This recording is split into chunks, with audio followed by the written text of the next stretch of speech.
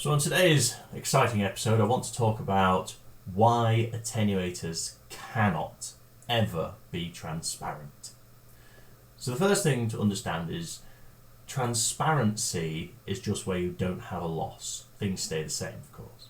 And the opposite of transparency from an electrical audio kind of perspective is a filter or a tone control or an EQ, anything that alters the tonal quality, typically. The most common way to make a filter is to add some capacitance or inductance to a resistance. Don't worry, it's not going to get too complicated, you can be alright with this. Now, everything has resistance. A classic example of transparency and loss is this guitar cable. So a guitar cable has a little bit of resistance. It's copper, it has length, but it's usually very, very low. A good guitar cable is really, really low. 0.01 ohms or something, nothing that even matters. So your guitar pickup might have 10,000 ohms or something, 10k ohms, 5k ohms, 5,000 ohms.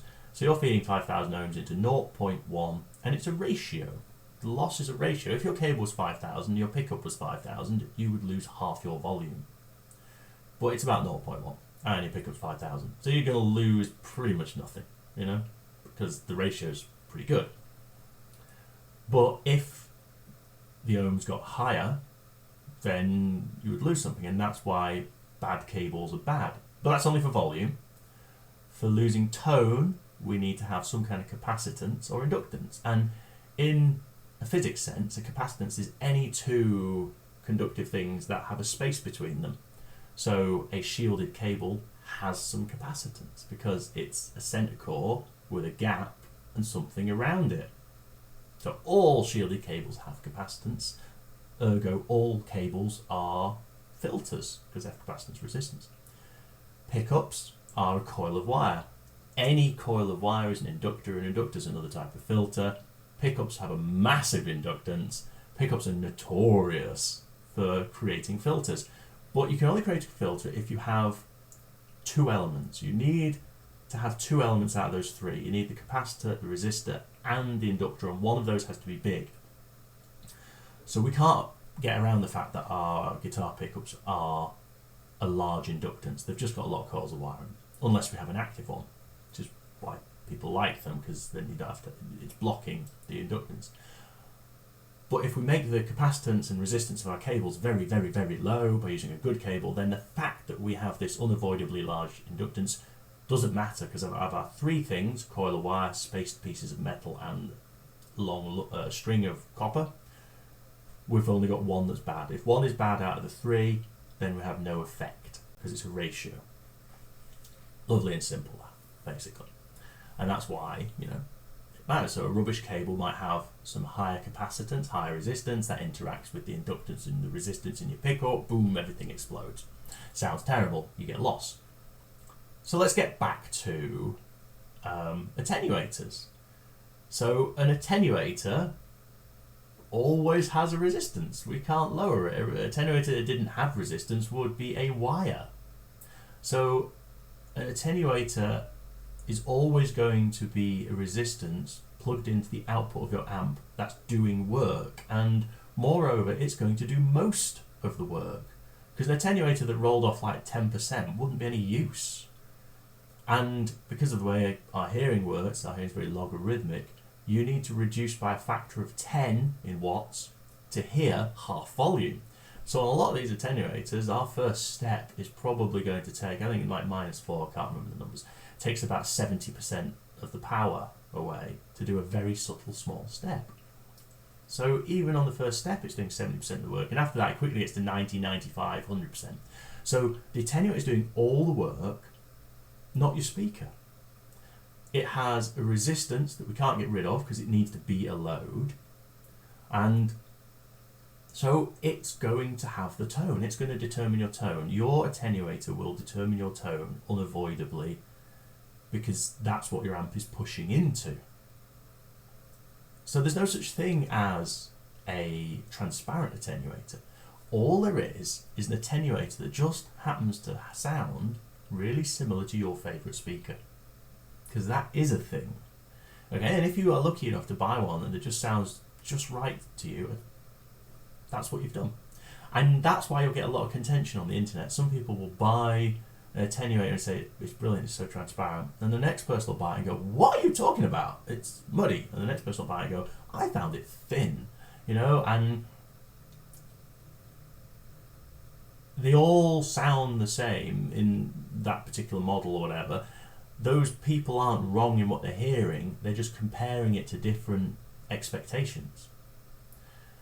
And so what we're really asking with attenuator is, what sort of sound are you looking for? You know, do you look for a warm bluesy sound? Are you looking for a doom sound that's completely bassy? Are you looking for a bright rock and roll that cuts through the air?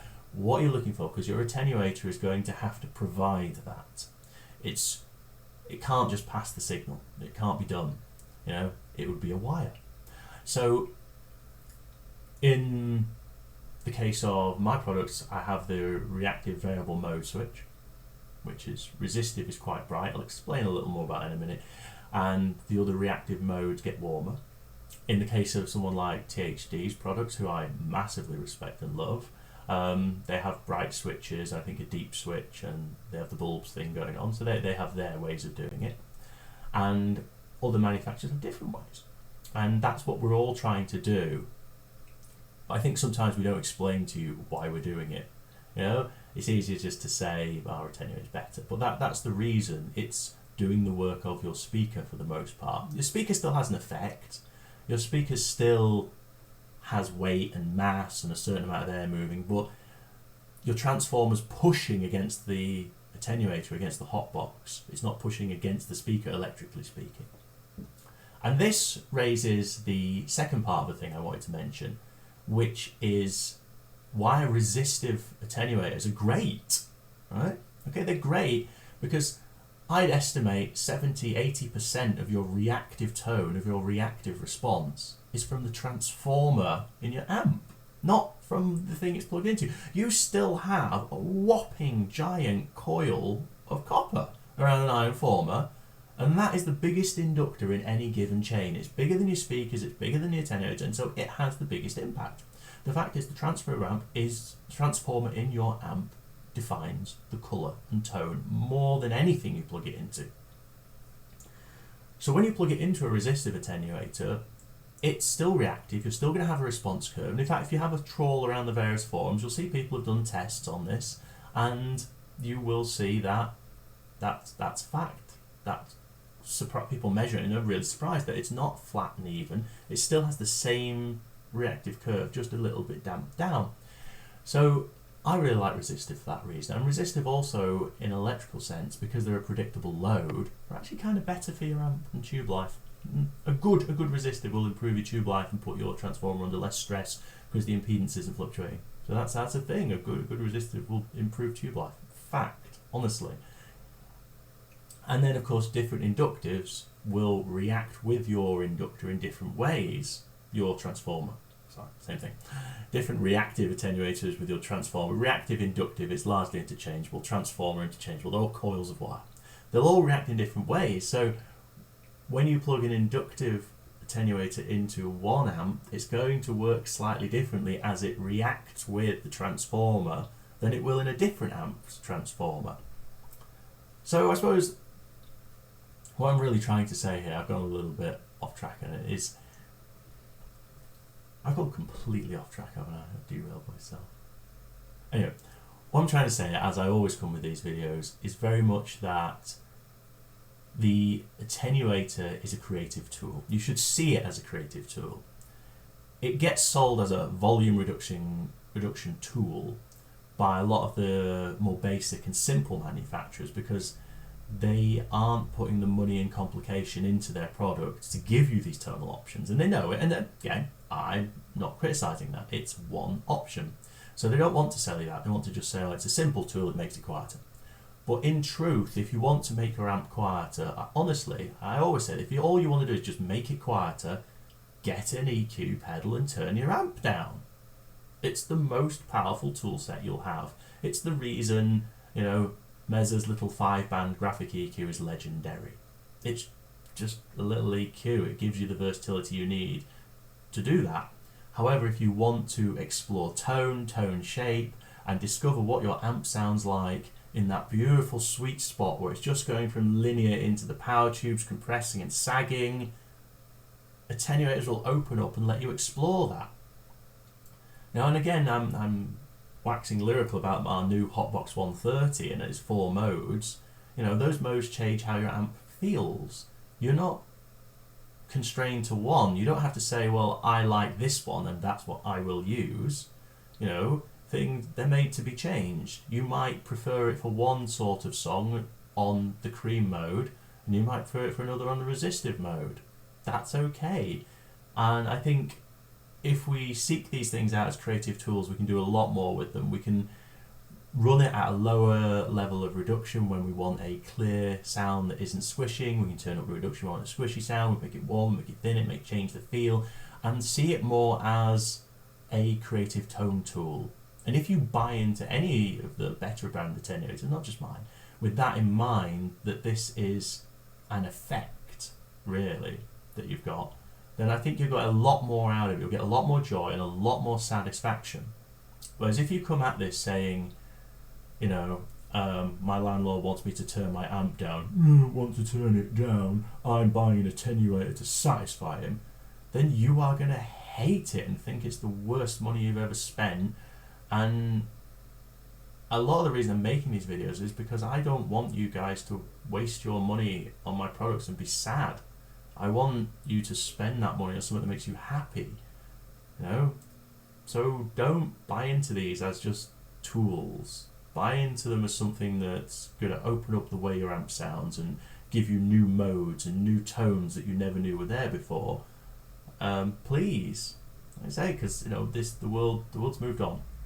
Okay, we're not into hard sell anymore. No one is. We don't want negative feedback. We don't want buyers who are unhappy. We don't need that. That's not the aim here. We want people who love this. Okay? So I hope that's useful. I hope this video is a little bit useful. I hope you learned something. I always witter a bit too much at the end and trawl on. It's my style. You should always stop my videos a minute before the end. I swear. Everyone does anyway. Go play guitar. See you next time.